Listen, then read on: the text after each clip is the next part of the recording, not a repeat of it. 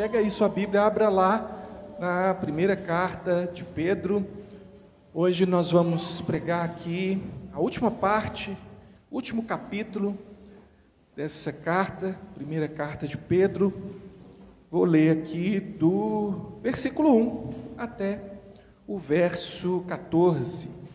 Por favor, acompanhe a leitura, depois a gente ora, depois a gente medita. O texto está dizendo o seguinte: rogo, pois, aos presbíteros que há entre vós, eu, presbítero como eles, e testemunha dos sofrimentos de Cristo, e ainda coparticipante da glória que há de ser revelada.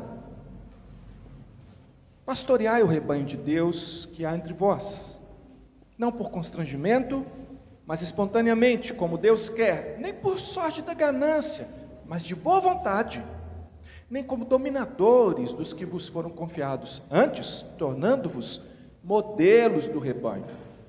Ora, logo que o Supremo Pastor se manifestar, recebereis a imarcessível coroa da glória.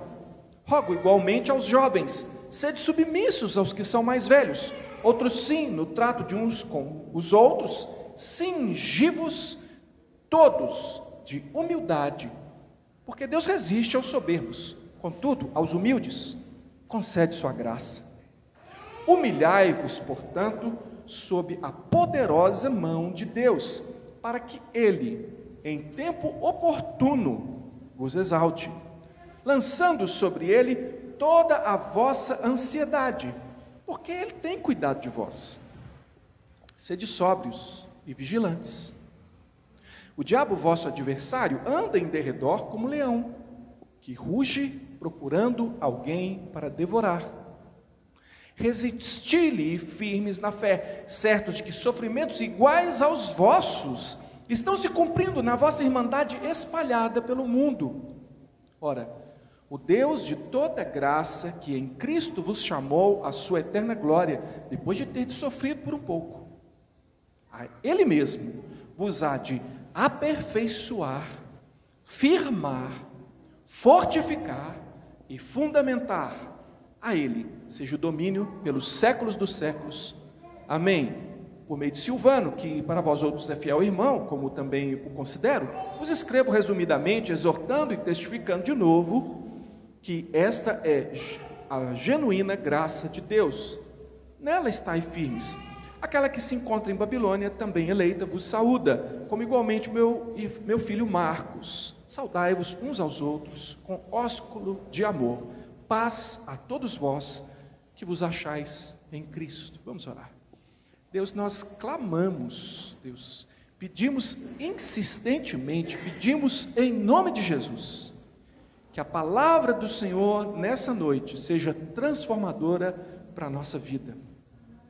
Pedimos a Deus não apenas o poder para entender, mas o poder para viver. Esse poder que o Senhor disse: recebereis poder ao descer sobre vós o Espírito Santo e sereis minhas testemunhas, tanto em Jerusalém como em toda a Judéia e Samaria, até os confins da terra. Nós queremos, Deus, esse poder para manifestar o Senhor, para testemunhar do nome, do poder e da graça do Senhor a todas as pessoas. Então, em nome de Jesus, Deus, dá-nos esse privilégio nessa noite, no nome de Jesus. Amém. Pode se assentar, por favor.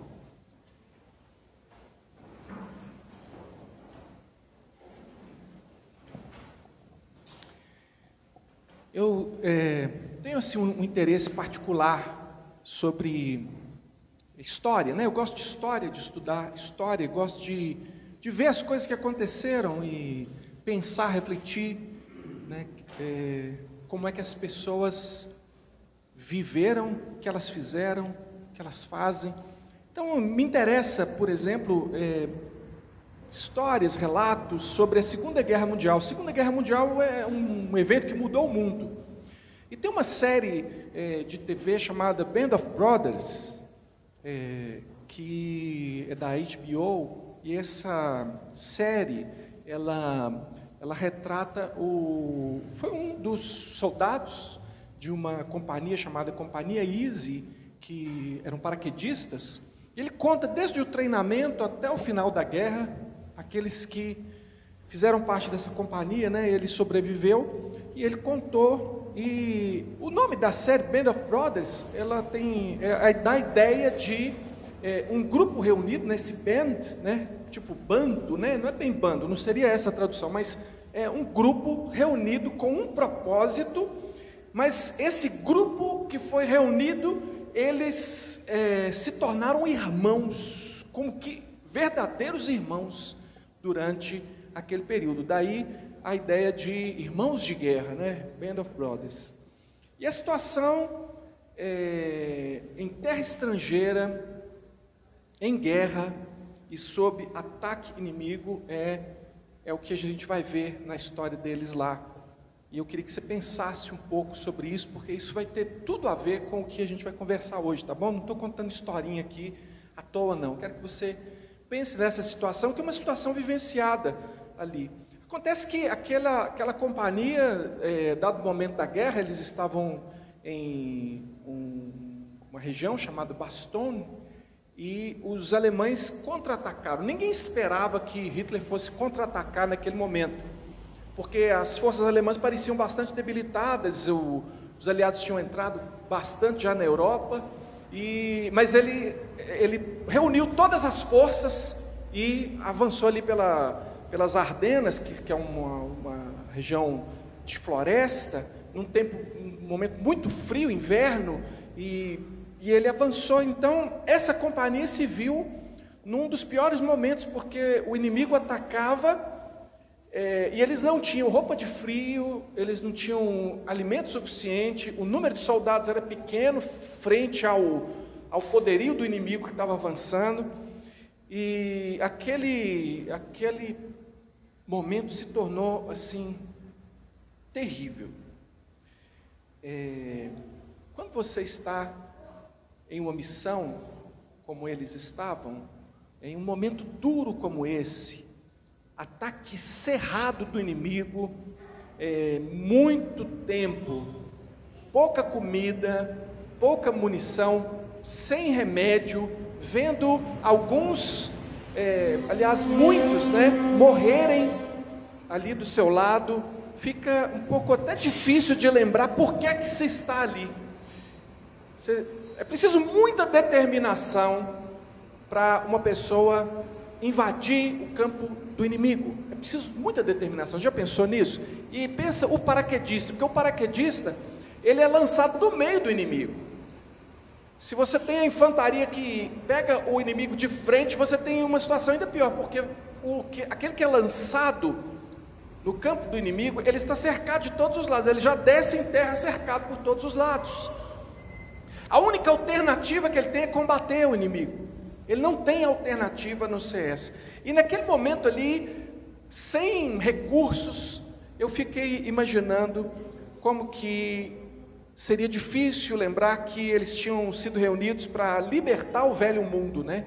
A Europa é chamada de o velho mundo. Eles estavam ali para libertá-los de um poder terrível que foi o poder nazista.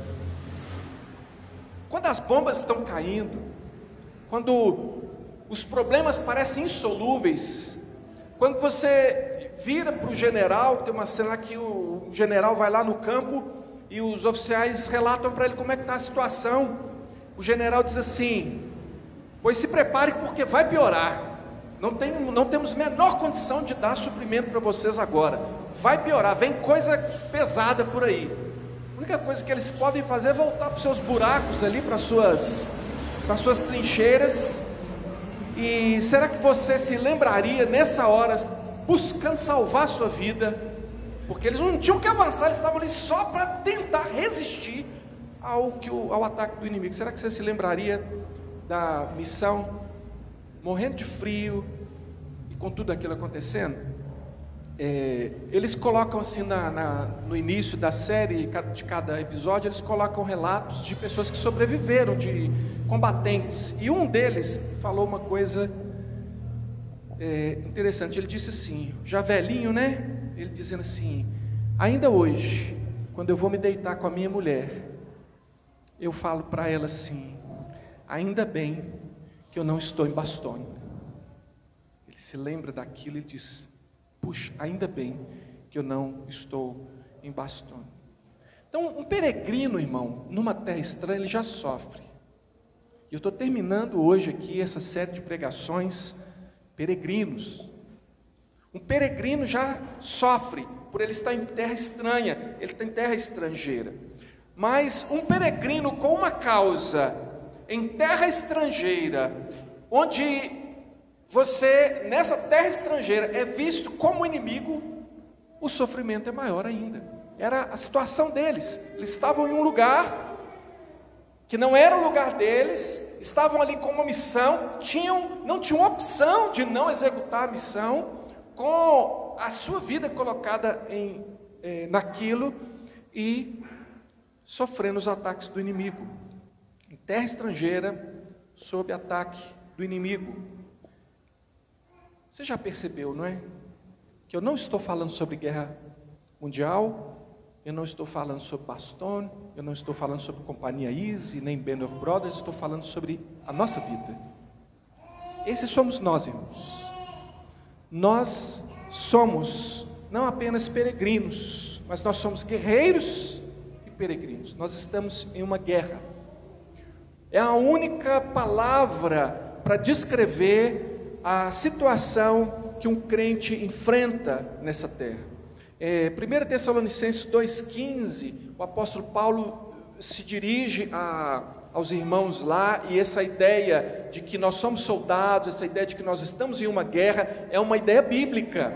E lá em 1 Tessalonicenses 2,15, ele disse o seguinte, se referindo às perseguições que os tessalonicenses estavam sofrendo, ele diz, falando assim: os quais não somente mataram o Senhor Jesus e os profetas, como também nos perseguiram e não agradam a Deus e são adversários de todos os homens. Guerra é se meter em terreno de adversários. Mas é interessante porque nós não somos inimigos dos homens, nós não somos adversários dos homens, porém nós somos rejeitados por causa de Cristo e porque as pessoas não entendem nem a nossa fé e nem a nossa missão. Esse é você, vivendo no planeta Terra hoje, crente. Você, uma pessoa que não é compreendida na sua fé nem na sua missão, e é por isso que você é perseguido. Os nossos inimigos não são os homens, não são pessoas, nossos inimigos são espirituais, nós temos muita clareza quanto a isso, mas esses inimigos espirituais usam pessoas, e nós precisamos ainda, no meio de tudo isso, saber como lutar. Nós precisamos saber lutar à maneira de Deus. Como é que nós fazemos diferença entre inimigo e missão? Porque o inimigo é o diabo e a missão são os homens. E nós estamos aqui com essa missão de libertar esse velho mundo, libertar o mundo através da mensagem do Evangelho. Nós somos guerreiros, nós somos peregrinos. E eu quero olhar de novo com você para esse livro, para essa carta de 1 Pedro, e ver aqui com você um código de guerra, ver aqui com você um regulamento que o soldado de Cristo precisa usar. Nós precisamos lutar conforme as normas, nós não lutamos de qualquer maneira, nós não atiramos para qualquer lado, nós buscamos fazer a vontade daquele que nos arregimentou, que é o Senhor. Então, o capítulo 1, se você quiser dar uma folheada aí na sua Bíblia, no capítulo 1 a gente vê o motivo da convocação e a realidade que o soldado pode esperar. É aqui que você vai ver a convocação, né? Deus nos regenerou por misericórdia para uma viva esperança que vai se revelar. Essa viva esperança que nós temos, ela vai se revelar no último tempo.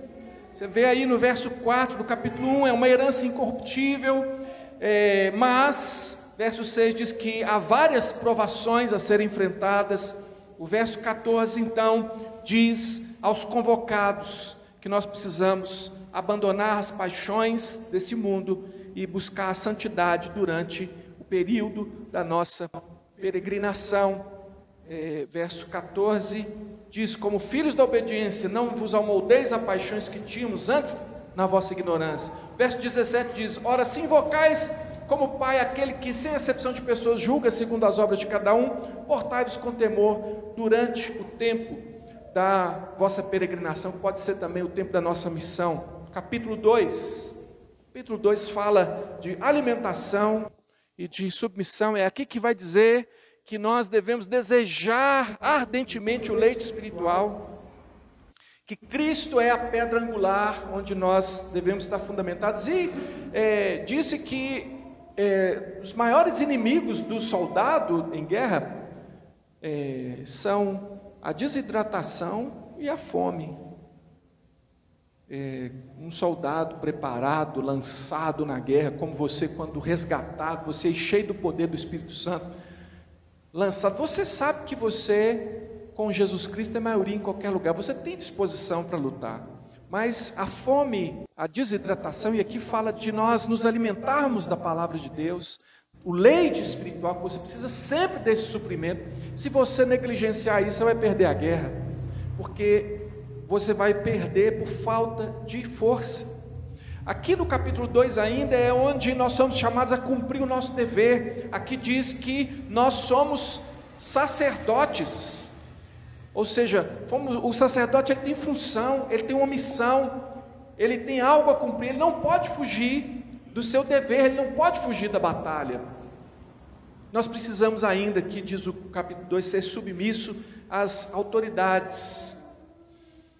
Capítulos 2 e 3, já no final do 2, passando para o 3, vai falar de responsabilidades e funções durante a guerra.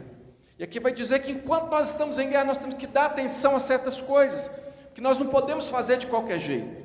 E quem conhece um regime militar sabe que as coisas têm que ser muito regradas, porque se não for, não funciona.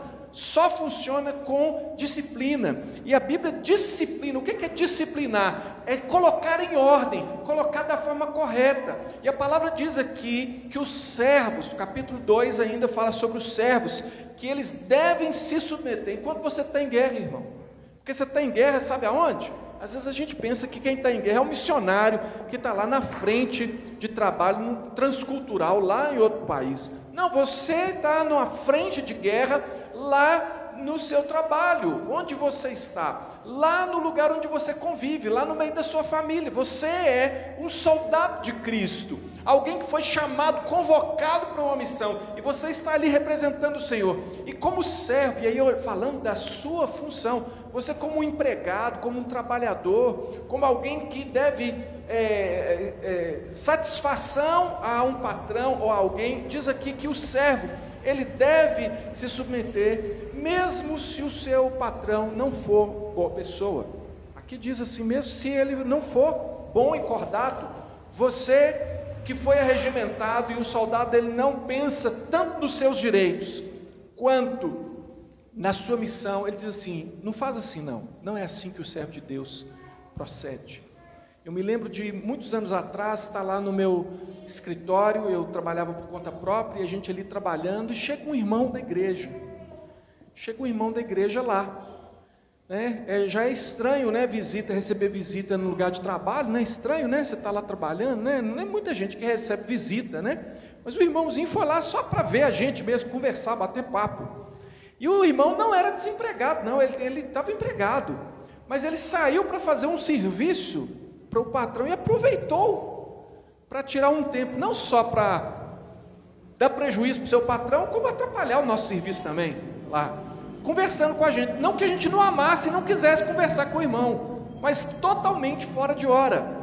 E o testemunho do nosso trabalho vale. Por isso a palavra de Deus diz, você como servo, olha, você tem que ver que nós estamos em uma guerra. A coisa é mais complexa do que simplesmente aquilo que está acontecendo ali. Talvez se eu dissesse para ele, mas irmão, o que você está fazendo aqui? Você está roubando o seu patrão. Ele pudesse ser, mas aquele patrão lá, bem, que merece ser roubado.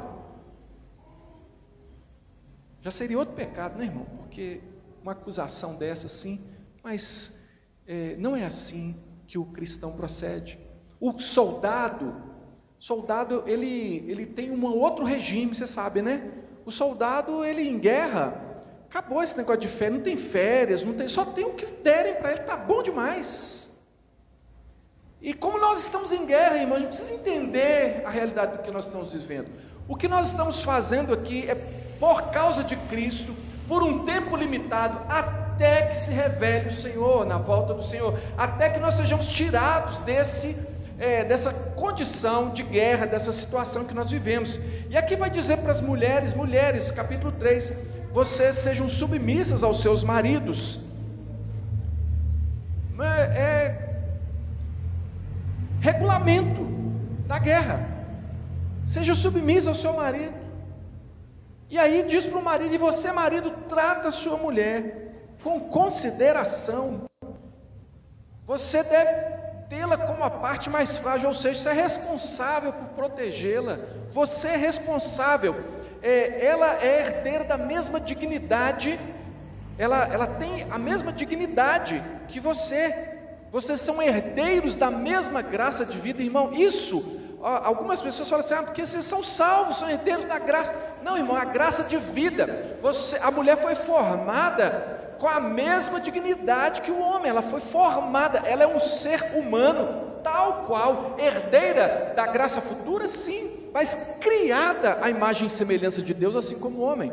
Então, se Deus vira para a mulher e diz assim, sem rodeios: mulheres, em tudo sejam submissas aos seus maridos, ele vira para o marido e diz essas coisas aqui, e aqui vai dizer assim: porque senão nem escuto você, eu não ouço mais as suas orações. É guerra.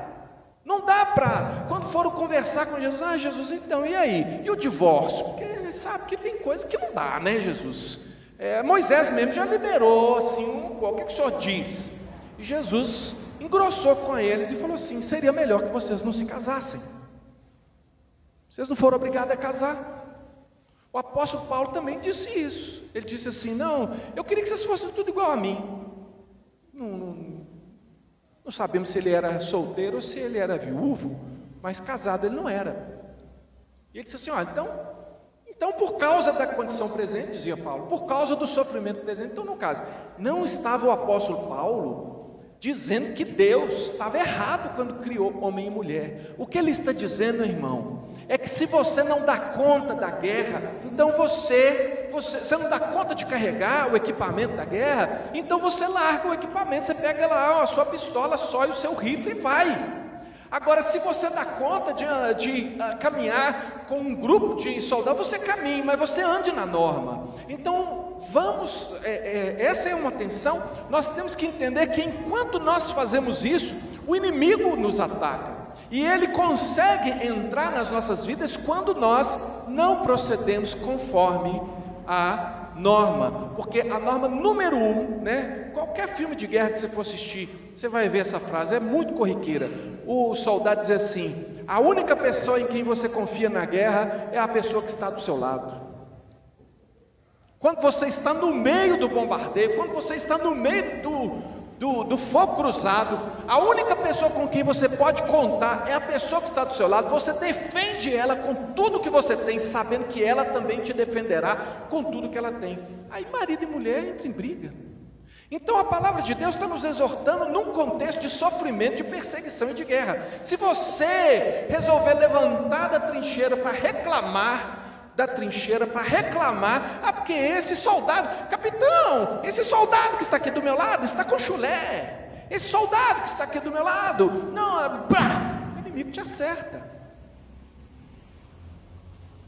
Irmãos, é guerra, é luta, tem vitória, e vai se completar de uma maneira, é maior do que, porque a ideia do Band of Brothers é assim, como aquelas pessoas tornaram irmãos no meio do sofrimento. Mas o grande ganho não foi aquele. O grande ganho foi ter vencido a guerra. E nós sabemos que essa guerra já está ganha, porque o Senhor Jesus já derrotou o nosso inimigo. Mas enquanto nós estamos nesse terreno, peregrinando, enfrentando ainda, precisamos ter essas precauções, saber desempenhar as nossas funções. Aqui diz que todos devem pensar concordemente, todos devem ter sua unanimidade de pensamento, irmão. Pensa, Nós vamos formar uma tropa aqui com esse grupo que está aqui agora, tá bom? Nós vamos enfrentar o inimigo. Então, nós vamos descer a rua aqui pelo lado direito. Todo mundo pega aí seu cantil, pega sua arma, nós vamos descer aqui para encontrar o inimigo ali embaixo. Aí alguém diz assim, não, mas eu não quero. Eu quero passar, dar a volta pelo outro lado. Aí um diz assim, não, eu prefiro esperar, eu nem quero enfrentar o inimigo agora, acho que a gente devia esperar amanhã de manhã. Ah, mas aí fica aquela coisa, irmão, se a igreja se divide, por isso que Deus levanta liderança na igreja. Assim como num regimento militar, você tem liderança para que você consiga vencer a guerra. Ninguém é melhor do que ninguém, mas é preciso a gente abrir mão por alguém. É preciso que você está cheio de ideia, irmão, Deus te abençoe, estou torcendo para você ser promovido, mas não é para o céu não, tem gente que fala promoção para o céu, não, eu quero que você seja um líder. Eu quero que você que está em luta lá, achando que o seu pequeno grupo não está da melhor forma, que você seja um líder de pequeno grupo, você fazer melhor do que o líder que você tem hoje, que você seja, irmão, melhor diácono do que o diácono que você acha que não está fazendo um bom trabalho, que você seja melhor mulher do que aquela que você está criticando, que você seja melhor pastor do que o pastor que você tem, que você seja, irmão, de todo o coração, em nome de Jesus. Mas que enquanto, irmãos, nós temos liderança sobre nós saibamos respeitar e ter um só pensamento por causa do Senhor Jesus. Temos que ter igual ânimo, ter compaixão uns dos outros, sermos amigos, fraternos uns dos outros, misericordiosos, humildes e não pagar mal por mal. Ninguém disse que é fácil. Um momento lá no filme lá que o sujeito vai render, o outro está dormindo lá na trincheira, o outro estava num sono muito pesado, quando ele acorda ele pensa que é um alemão, atacou com a baioneta, furou o colega. O que o colega fez? Tirou a arma e atirou no... Não, ficou ferido lá. Rapaz, você me acertou. Eu achei que era um alemão. Pois é, de vez em quando a gente se estranha, irmãos, a gente se fere, mas nós somos companheiros na mesma batalha, nós estamos no mesmo exército, nosso objetivo é o mesmo. A gente vai cuidar de você que está ferido, a gente vai carregar você e nós vamos sair lá na frente. Não atire contra o seu irmão que te feriu. Não é fácil, nós precisamos estar preparados. Aqui diz que nós temos que estar preparados para dar razão a todo aquele que nos pedir. Qual a razão de você ser um crente? A razão da esperança que você tem? Mesmo se o seu amigo, que não é crente, faz isso de uma forma a te ferir, e chega em você e te fere, mas você não o considera inimigo, você responde a ele com amor. Você tem condição de dar a ele a razão da esperança que você tem. Capítulo 4 fala de precauções e orientações úteis. Aqui está te advertindo, diz aqui no capítulo 4, não procure satisfação onde o mundo procura. Não vai dar certo, você está na guerra, não faça como o inimigo. Esteja preparado para ser difamado, o fim está próximo, mantenha a sobriedade, não estranhe o sofrimento. O sofrimento que você está passando, crente, diz a palavra aqui que é um privilégio para nós, sabe por quê? Porque nós estamos participando dos sofrimentos de Cristo. Como é possível isso, né? Que em alguma medida, nós também, quando sofremos, uma vez que nós somos corpo de Cristo, nós estamos sofrendo os sofrimentos de Cristo. E deve ser considerado por nós, claro que com muitas dores, porque sofrimento faz doer, mas nós devemos considerar que é um privilégio participar dos sofrimentos de Cristo. Nós somos bem-aventurados, porque a glória, o Espírito da glória de Deus está sobre nós. Então nós não temos que ter vergonha de sofrer como cristãos. Não temos que ter vergonha de sofrer. Aqui diz assim, irmão, você está aí estranhando o fogo, está estranhando a dificuldade? Pois pense comigo, diz a palavra aqui, se é com dificuldade que o justo é salvo. Se você realmente, a palavra de Deus está reconhecendo o sofrimento na sua vida, irmão. Eu sei, a palavra de Deus está dizendo, eu sei que você está sofrendo. Eu sei quem é o seu inimigo. Eu sei como você tem apanhado. Mas reflita comigo. Se o justo está passando por isso, onde vai comparecer o ímpio? Qual será o resultado na vida do ímpio? Salmo 73, é muito bom para você meditar nisso, você que está aí, e todos nós, irmão, eu não sei, se você não passou por isso ainda, irmão, não é praga gospel não, né? Mas você vai passar, irmão, um momento em que você fala assim, gente, mas eu estou fazendo tudo certo, parece que não vira, parece que não acontece, parece que eu estou perdendo já as forças, eu já não tenho mais munição, eu já não tenho mais condição, e eu não posso abandonar o meu posto, e eu estou aqui, será que eu vou ter que morrer aqui? Mas o inimigo está avançando, da onde ele tirou forças para lançar um ataque desse sobre nós, se nós já estamos assim, já dominando tudo, de repente ele se levanta e nós somos colocados nessa condição. O Salmo 73, o salmista diz assim, que ele olhou para o ímpio e ele falou, mas lá, o cara não adoece, tudo dá certo, ele fica lá, abre a boca em blasfêmia, todo mundo aplaude as besteiras que ele fala, inútil, eu estou aqui na minha justiça. Aí diz ele, até que eu entrei no santuário do Senhor e atinei com o fim deles, o Senhor os põe em lugares escorregadios. Ele começa a descrever o final do ímpio, e aqui está dizendo disso, fala assim, irmão, se você está passando luta, e está, não estranhe, porque se você está assim, imagina o ímpio, imagina aquele que não tem o Senhor Jesus, imagine o final dele. Se você espera a manifestação gloriosa de Jesus, que vai conceder a você a imarcessível, ou seja, aquela que não se desmancha, né? A imarcessível coroa de glória, o que vai receber o ímpio? Você sabe o que ele vai receber. Então ele diz assim, portanto, encomende a alma ao Senhor, ao fiel Criador. Encomende a alma, irmão. Já ouviu falar isso? Encomende a alma ao fiel Criador. Ou seja, se entregue. Creia, fala, eu já estou na guerra, eu estou na chuva, eu estou nessa batalha, o que eu tenho que fazer é enfrentar o inimigo. Que não é gente, é Satanás. Você luta contra a carne, você luta contra o mundo, o sistema, você luta contra Satanás, mas você não luta contra pessoas, você luta a favor das pessoas. E aí vem o medo, e aí vem as dificuldades, vem a ansiedade.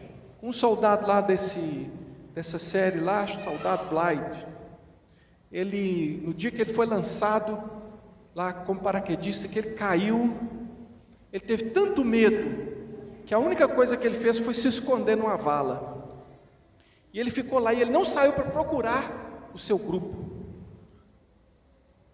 Por acaso, depois ele foi achado, foi incorporado lá ao grupo, e ele tinha medo, tudo que acontecia, ele morria de medo, tudo dele era enfiado dentro do buraco, gritando e desesperado. Aí chega um tenente lá, um dia ele está lá na trincheira, chega um tenente lá e fala com ele assim. Aí ele, a primeira pessoa com quem ele fala, o que eu fiz desde o começo foi me esconder. Ele fala assim, ô Blythe, sabe qual que é o problema seu?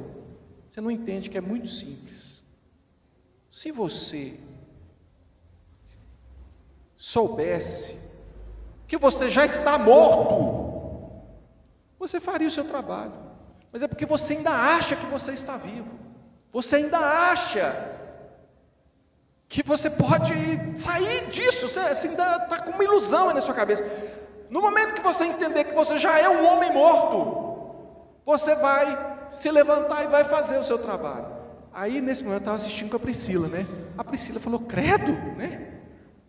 Porque é muito duro, né? Você fala assim, é um doido esse aí, um psicopata, um doido esse aí. Mas não, vou te mostrar isso na Bíblia. Romanos 6,11 diz o seguinte, assim também vós considerai-vos mortos para o pecado.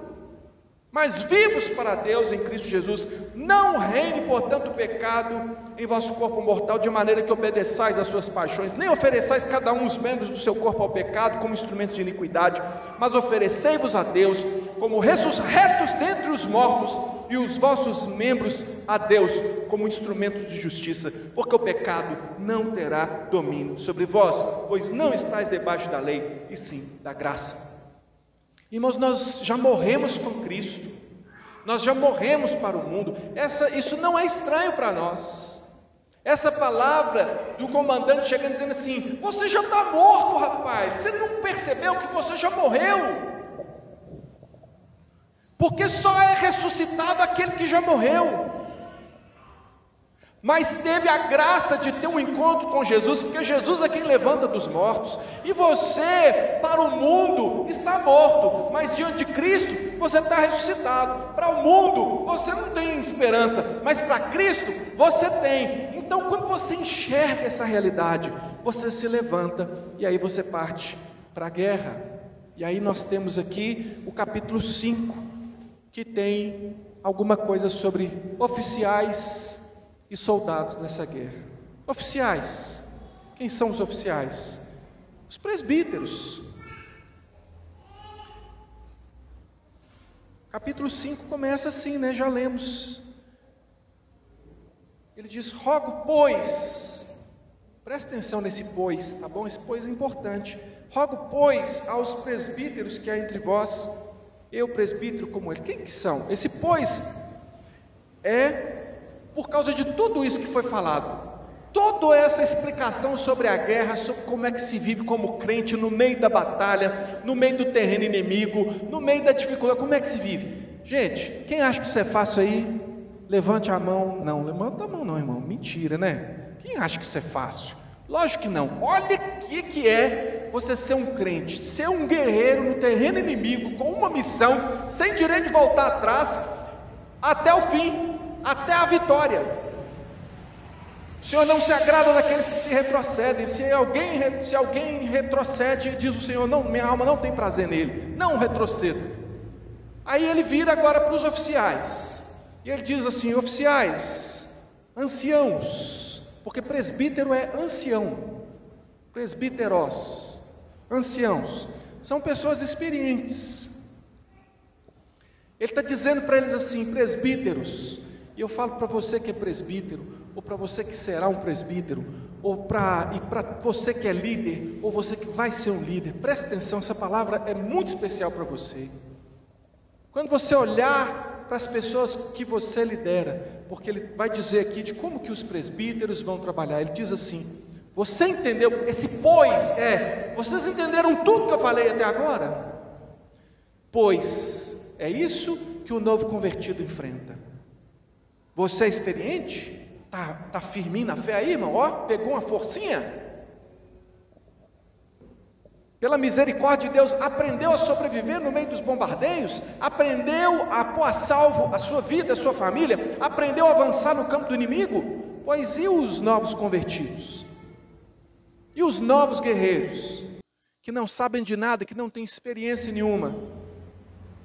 Ele diz então: eu, presbítero como vocês, e testemunha dos sofrimentos de Cristo, mas eu também sou testemunha, diz o apóstolo Pedro, da glória que está por vir. E eu fico aqui até viajando, né? Do que ele estava falando? Será que ele estava falando por acaso do monte da transfiguração? Ele falou: eu vi o sofrimento, mas eu vi a glória. Ou ele está falando só do poder da ministração de Deus, ele apóstolo, e tendo essa revelação de Deus clara, de qual é a glória que há de ser revelada em nós no futuro? Eu acredito que as duas, ele dizendo: olha, eu sou testemunha do sofrimento de Cristo, eu acabei de descrever para vocês o sofrimento da igreja, o sofrimento do povo de Deus. Agora eu viro para você que é oficial, que tem responsabilidade sobre alguém, que tem algo a mais a dar. Eu digo para você: pastoreia esse rebanho. Lembra que Jesus falou com ele? Pedro, você me ama? Amo. Pastoreio meu rebanho. Você me ama? Amo, Senhor. Pastoreio meu rebanho. Você me ama, Pedro? Eu amo, Senhor. Então pastoreio o meu rebanho. E aqui ele fala que é o rebanho. Pastorear o rebanho de Deus. Irmão, é rebanho. Mas pastorear espontaneamente. Não por pressão. Pastorear de boa vontade. E pastorear como modelos do rebanho. Eu lembro que espontaneamente, lembro daquele texto, né, de Mateus, né, dizendo que Jesus disse: vinde a mim, eu vos farei pescadores de homens. E imediatamente eles o seguiram. Falando de boa vontade, eu lembro de Paulo dizendo lá aos Coríntios: eu de boa vontade me gastarei e ainda me deixarei gastar em prol da vossa alma. E como modelos eu me lembro de Filipenses, Paulo dizendo: irmãos, sede imitadores meus e observai os que andam segundo o modelo que tendes em nós. E aí eu fico pensando, né, a igreja escolhe os presbíteros têm esse chamado de pastorear o rebanho de Deus, mas será que a igreja obedece a sua liderança, segue a sua liderança, tem respeito pela sua liderança, ora pela sua liderança, acredita que é uma função que Deus instituiu ou não? Hebreus 13:17 fala do problema que os presbíteros enfrentam, os líderes enfrentam. Você que é líder de pequeno grupo, você enfrenta. Você que é líder dentro da sua casa, lutando pela salvação dos seus filhos, da sua família, do seu marido, da sua mulher, você enfrenta. Você que é um líder, porque todo crente é um líder, irmão. Todo crente foi levantado por Deus para ser testemunha. Então a testemunha, ela está num lugar elevado. Não é para glória própria, é testemunha para Cristo, mas é um líder. Você enfrenta isso que Hebreus 13:17 diz, uma exortação aos crentes: obedecei os vossos guias e sede submissos para com eles, pois velam por vossa alma, como quem deve prestar contas, para que façam isso com alegria e não gemendo, porque isto não aproveita a vós outros. O presbítero, o líder, tem que saber que esse é o rebanho de Deus, e o rebanho, você dá conta de cada ovelha, você dá conta do rebanho. Pastor, conta as ovelhas, faltou uma, ele tem que ir atrás. E você sabe muito bem que, como sacerdotes, que todos nós somos, que eu já falei aqui, está aqui em 1 Pedro, todos nós somos responsáveis por buscar as ovelhas, todos nós. Se você esperar que esse pastor aqui dê conta, a nossa igreja vai ser um fracasso. Porque não tenho condição, irmão. Ninguém tem sozinho. Por isso que Deus constituiu a igreja. Mas aí eu solidarizo com você, líder, às vezes de 2. Você é líder de 2, 3 lá no seu pequeno grupo, e as pessoas às vezes não te respeitam.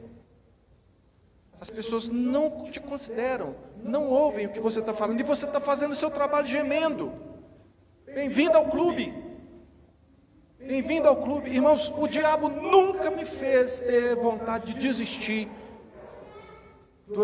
de ser pastor. Nunca. Mas me dá ânimo.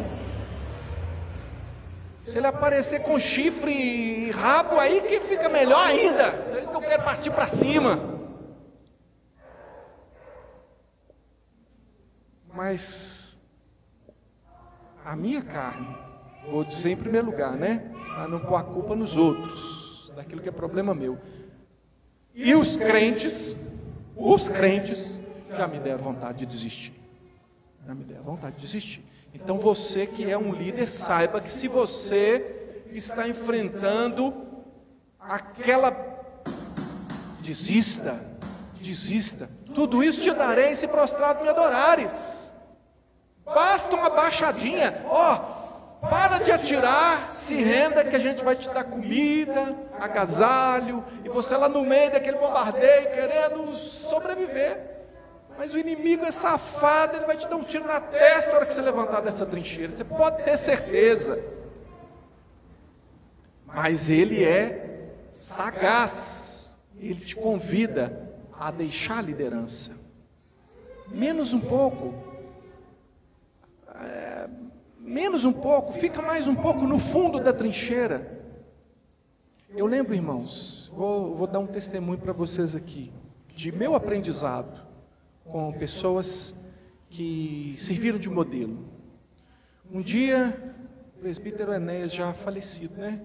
O presbítero Enéas, o conselho da igreja, chamou um irmão, aqui, nesse salão aqui, chamamos o irmão para dizer: irmão, nós queremos receber você em uma reunião do conselho da igreja, para nós tratarmos de uma situação aí que você não procedeu corretamente, nós queremos conversar com você sobre isso. O irmão foi assim, na direção do presbítero Enéas, todos nós, né, que estávamos ali, porque ele estava destemperado. Ele falou assim, ele ia na direção, e eu vi o momento que o presbítero Enéas encostou na mesa, assim, meio que voltando,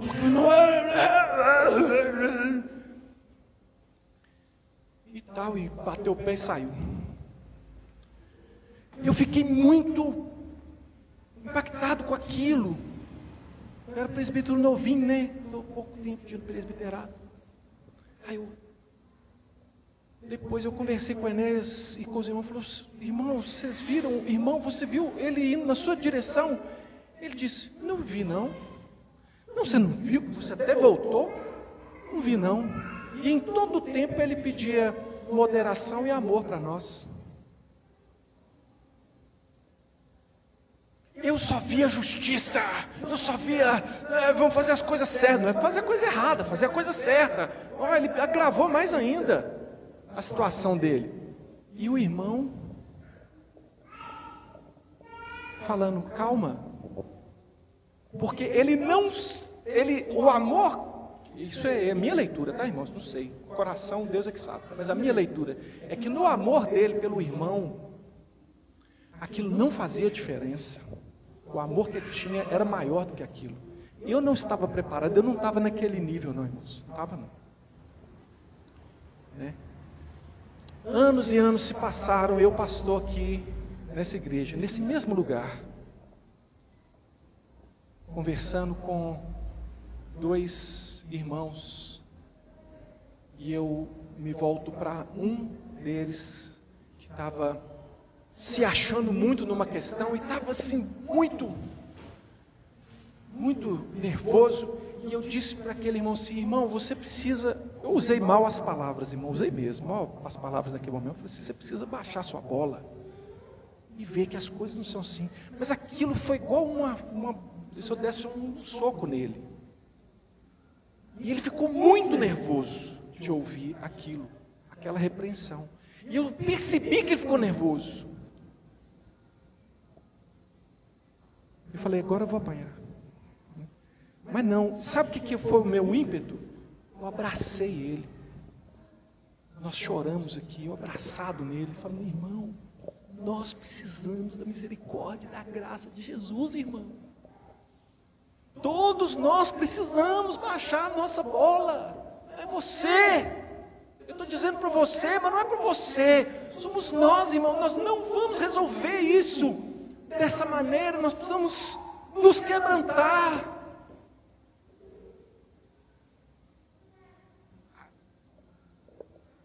Estou aprendendo uns pouquinho, irmão. Não quer dizer que amanhã eu vou conseguir, não. Pode ser que amanhã estou até um mau testemunho.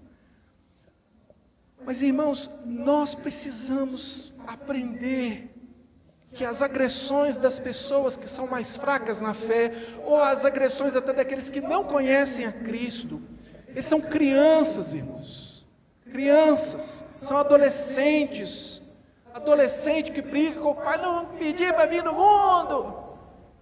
Não, vai fazer aquela revolta. É falta de maturidade. Vai se arrepender do que disse. Demora um tempo, mas arrepende. Todo mundo uma hora arrepende. Pode não ter a humildade de pedir perdão, mas vai cair em si, saber que estava errado. A gente precisa saber que são ovelhas, que foram enviados para o meio de lobos, que estão sofrendo, que estão sendo atingidos pelas bombas que estão caindo, os irmãos, as pessoas que estão lá no seu PG, você está aí pensando que eles não estão te dando valor, mas na verdade, irmãos, eles estão sofrendo, eles nem sabem diferenciar a mão direita da esquerda. Se você é um líder, se você foi levantado, se você foi chamado, você é um oficial, que aqui você fala assim, ó, presbíteros, oficiais. Você foi chamado para a liderança, então pastoreie o rebanho. Agora vamos falar dos soldados. Quem são os soldados? Aqui a gente lê, irmãos, o pessoal é a gente, né? Todos nós. A gente lê e a gente quer concluir muito rápido as coisas. Rogo igualmente aos jovens. Aí que a gente pensa. Não, aqui está um texto para falar para a mocidade. Rogo aos jovens, aí a gente já vê, ó, gente, aqui está uma palavra de Deus para os jovens. Rogo aos jovens. Irmão, sabe quem que é os jovens? É os neóteros, os presbíteros. Aqui tem os presbíteros e os neóteros. Os novos. É a igreja toda, todo mundo que não é presbítero. Todo mundo em algum momento é neótero. Todo mundo tem alguém a quem deva esse respeito, todos nós, irmãos. Eu tenho pessoas que estão acima de mim em autoridade. Quando eu estou reunido com o conselho tem autoridade. Eu sou só um voto dentro do conselho. Quando eu estou num concílio da igreja, eu sou uma pessoa lá no meio. O concílio tem mais autoridade. Eu tenho, irmãos, não preciso, vocês já entenderam, né? Então, aqui, essa é uma palavra, sejam submissos aos mais velhos, seja submisso à liderança. Não é questão de idade, respeito os cabelos brancos, isso aí nossos pais nos ensinaram, o que a Bíblia está nos ensinando é respeitar a maturidade de um irmão, irmã, que foi colocado na sua vida, que está ali para abençoar você. É claro que os presbíteros são modelos, eles são eleitos, eles são escolhidos, presbíteros, pastor também é presbítero, eles são escolhidos, mas todos nós temos que observar isso. Aqui diz, no verso 5, a parte B, fala cingindo de humildade. Sabe o que é cingir de humildade? Naquele tempo que havia escravidão, e tinha escravos lá, então o escravo, ele amarrava às vezes, um pano, um avental. Então se você visse uma pessoa na rua com uma roupa qualquer, mas estivesse com um avental também, essa pessoa é escravo de alguém, é um servo. O apóstolo está usando essa expressão, ele diz assim, vocês se cinjam de humildade, como um escravo faz, para demonstrar que ele é submisso, você faça em relação aos irmãos, no trato de uns com os outros, com todos os irmãos. Porque, verso 6 diz que essa humildade aí é diante de Deus. Humilhai-vos, portanto. Você está se humilhando para o irmão? Essa humilhação aí, essa atitude de humildade, porque tem gente que confunde as coisas. Tem gente que se acha humilhado toda hora, está me humilhando, porque a pessoa não é humilde. Não aceita nada, e acha que está sendo humilhado toda hora. Não, isso aqui é uma atitude humilde para com alguém. É você ouvir, é você estar cingido, né? Dar o lugar ao outro, dê razão ao outro. Leia depois Romanos capítulo 15, condescender com o que é mais fraco, tenha paciência com aquele que é mais fraco, seja humilde. Essa humildade é diante de Deus. Deus é quem está contabilizando isso. Deus está vendo isso. Você é servo de Deus. Então não esquenta com o que a pessoa vai fazer com a sua humildade, não. Que eu fui pedir perdão para uma pessoa, a pessoa aproveitou e eu estava esperando por esse momento e cascou comigo. O que eu faço? Aceito, porque eu tinha que pedir perdão, então o resto não é comigo, o resto é dele com o Senhor. O meu com o Senhor é pedir perdão das coisas que eu fiz errado. Fiz errado, pedir perdão. O que a pessoa fala? Mas se eu falar, se eu baixar, né? Se eu abaixar, monta. Pois deixa que monte. Ele vai responder a Deus pela montaria dele. Mas você responda pelo que o Senhor disse a você. Porque essa humilhação é diante do Senhor. O Senhor Jesus, o Rei dos Reis, Senhor dos Senhores, tomou tapa na cara, cusparada, chute, chicotada, foi arrastado, pregado na cruz, zombado. Tudo que nós não podemos achar que a gente é melhorzinho, né? Você não pode nada. Aí, o que nós fazemos com as pressões, irmãos, com a ansiedade que nos dá no meio dessa guerra? Lançamos sobre Ele, por quê? Porque Ele tem cuidado de nós. O capítulo 1 já começou falando disso. Lá no verso 5 diz que sois guardados pelo poder de Deus. Nós somos guardados pelo poder de Deus. O verso 8 manda que você seja sóbrio, porque o diabo procura oportunidades na sua vida. Um dia eu estava lá na Pedro II, aí eu estava indo para a escola, estava fazendo ensino médio ainda. Estou indo para a escola e eu vi aquele sujeito cambaleando, ensaiando, olhando para a avenida assim, e eu falei, esse bêbado vai atravessar, vai ser atropelado. Aí eu falei, eu vou lá nele para ele não ser atropelado. Aí ele desistiu, foi lá, encostou no muro. Falei, desistiu, bora, vou para a escola. No que eu virei assim, aí ele saiu correndo lá do muro assim, saiu atravessando a avenida. Aí veio o carro, pá, pegou ele. Morreu não, fui com ele até lá no hospital, acompanhei, ajudei lá e tal, morreu não. Mas eu penso o seguinte, que fala aqui, sede sóbrios, né? Mas para você pensar aqui comigo. Ele não ignorou, porque aqui diz que a gente não tem que ser sóbrio, a gente tem que ficar esperto com o diabo. Seja sóbrio. O diabo está à procura de oportunidade para destruir você.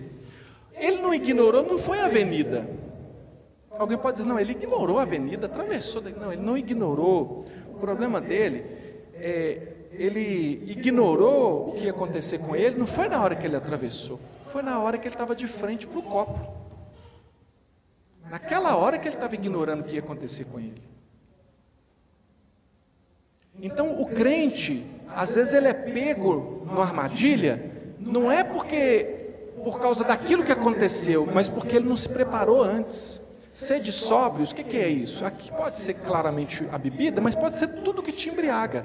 Você se enche de tudo quanto há, menos de Deus, menos da palavra, menos de oração, tudo aquilo que te dá poder espiritual. Aí no momento que o problema vem, que você tem que atravessar a avenida, você está bêbado, embriagado pelas coisas do mundo. Você não tem raciocínio em Deus, você não tem bagagem para lidar com aquilo, você não tem preparo. E aí você vai lá de qualquer maneira, lá passa o carro e te pega. Satanás está esperando uma oportunidade. Então, nós não podemos ignorar, nós temos que resistir o diabo firmes na fé. Agora, o alimento da fé é a palavra, é o relacionamento com Deus. Se você se relacionar com Deus, você tem fé. Se você tem fé, você pode apagar os dados inflamados do maligno, você pode resistir ao diabo, e a Bíblia diz, resistir ao diabo, ele fugirá de vós. Então, na guerra, irmão, é assim. Agora, para terminar, né? Nós não estamos sozinhos na guerra, isso é uma bênção. Vocês são uma bênção. Eu estar aqui nessa noite, no meio da guerra, junto com vocês, com os meus sofrimentos, com as minhas preocupações, lutando contra a ansiedade, igual você, lançando sobre o Senhor, e vem a ansiedade de novo, e busca o Senhor, e clama ao Senhor, e as bombas vêm, e eu lá, Senhor, você também, irmão.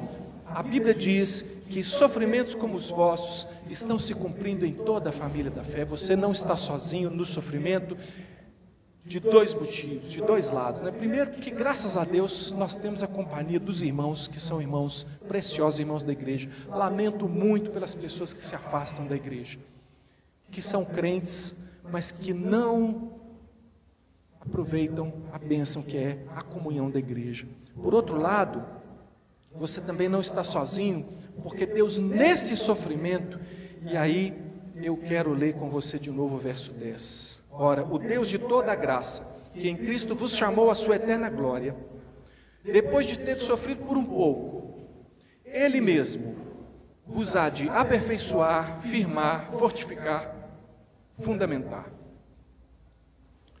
Então Deus, no meio do seu sofrimento, o que é que Deus está fazendo? Deus está fazendo isso. Ele está aperfeiçoando, firmando, fortalecendo e fundamentando você. Pensa numa construção. Fundamentar. O fundamento é Cristo, a pedra angular. Ele está dando a você o firme fundamento. Firmar, tornar estável, colocar firmemente, pôr a sal, fixar. O alicerce que ele está construindo. Fortificar, tornar forte, construir essa fortaleza.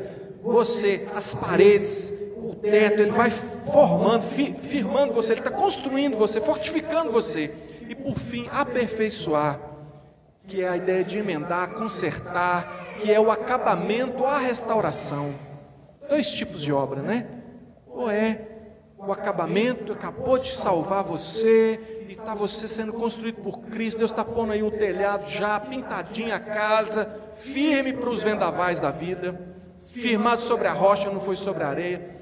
Ou então reformar você, talvez você sofreu alguns abalos aí, no meio dessa guerra, dizendo, mas o Senhor vem, e o Espírito Santo dele age, a palavra dele age, ele volta, vai lá e repara aquela brecha, e pinta de novo, e conserta, e põe remendo naquele telhado, e ele faz você novo. Por quê? Porque ele vai fazer isso até o fim, e o verso 11 diz, a ele seja o domínio pelos séculos dos séculos. Amém. A conclusão inevitável. Nós somos guerreiros e peregrinos. Essa é a nossa conclusão dessa noite. E aí vai ter o dia em que o Senhor vai dar a você a imarcessível coroa da glória. Vai chegar o dia, irmão, que essa guerra vai acabar. Vai chegar o dia da vitória. Vai chegar o dia de cantar, quando terminar esta vida e lá no céu eu chegar. Foi graça, graça, superabundante graça.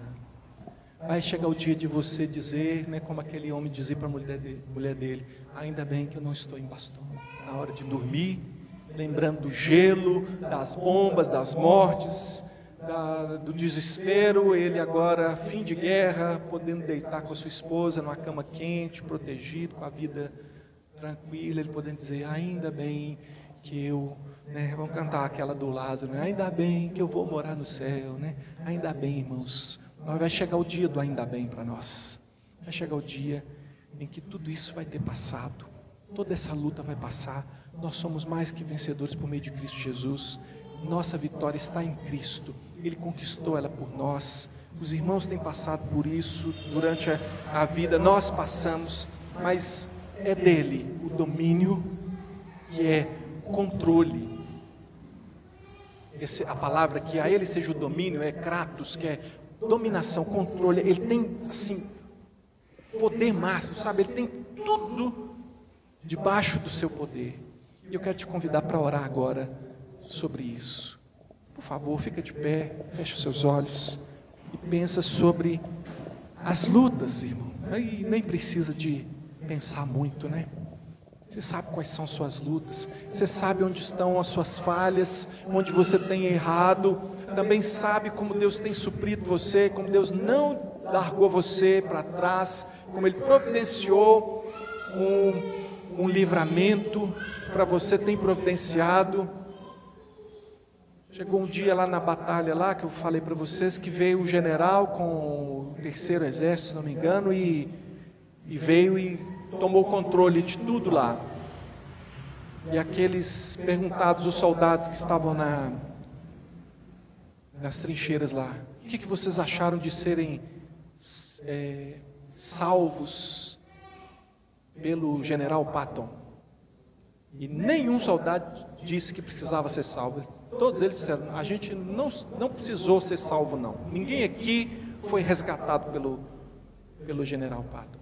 Mas nós não tem problema nenhum em dizer, eu fui resgatado pelo general Jesus Cristo, Ele sempre cuidou, planejou essa guerra, Ele tem me livrado, eu não tenho nenhum problema em aceitar que eu sou fraco, eu não tenho nenhum problema em aceitar que eu tive medo, que eu tive só não me entreguei porque eu não tinha nem como, só não voltei porque eu não tinha para onde voltar. Como os discípulos disseram para Jesus, Jesus disse: vocês não querem ir embora? Ele falou: Senhor, para onde iremos se só tu tens palavra de vida eterna? Eu sei que está difícil, irmão. Está difícil para mim também. Mas o Senhor Jesus é o mesmo. E eu vou esperar na minha trincheira até eu ser resgatado por Ele. E enquanto eu estiver aqui, o inimigo vai ter que passar por cima. Eu espero não morrer de fogo amigo, mas enquanto eu puder, enquanto o Senhor me der graça, e você também, eu estou falando no seu nome, irmão, tenho certeza que é esse que é o seu desejo.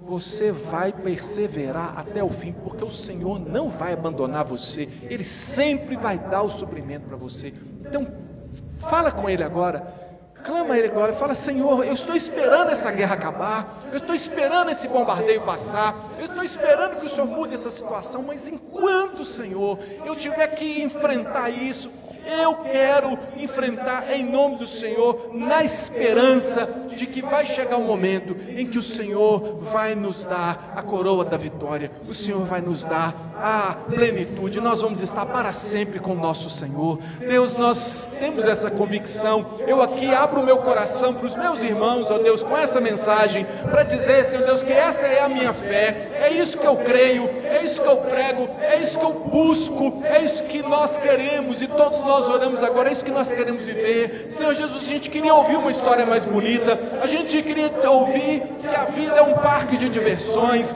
a gente queria ouvir, Senhor Deus, que tem algodão doce para quem quiser, ó Deus, que tem festa, que tem ingresso para o carrossel, ó Deus, que tem ingresso para a montanha russa, para a roda gigante.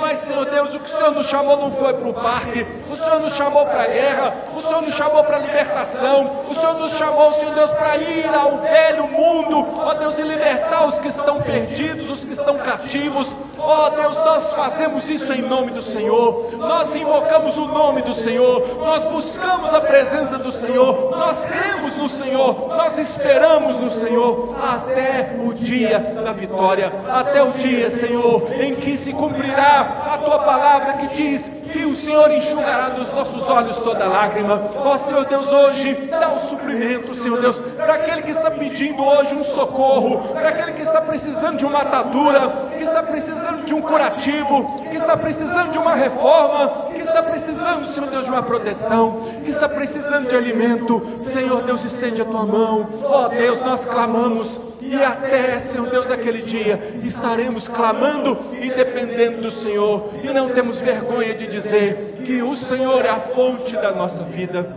Uns confiam em carros, outros em cavalos, nós, porém, nos gloriaremos em o nome do Senhor nosso Deus. Nós nos gloriamos no nome de Jesus. Senhor Deus, toma a nossa vida, Pai. Te agradecemos, Senhor Deus, porque não é sem propósito que nós passamos pelo sofrimento, porque nós somos peregrinos e somos guerreiros, ó Deus, mas fazemos isso tendo o Senhor como nosso general. O Senhor não está ausente, o Senhor está presente no campo de batalha, e o Senhor está assistindo, ó Deus, dando assistência a todos nós. Senhor Deus, então abençoa a nossa vida, abençoa o Teu povo, que a graça do Senhor Jesus, que o amor de Deus, o nosso Pai, e a comunhão do Espírito do Senhor seja com todos nós, agora e sempre. Amém, amém.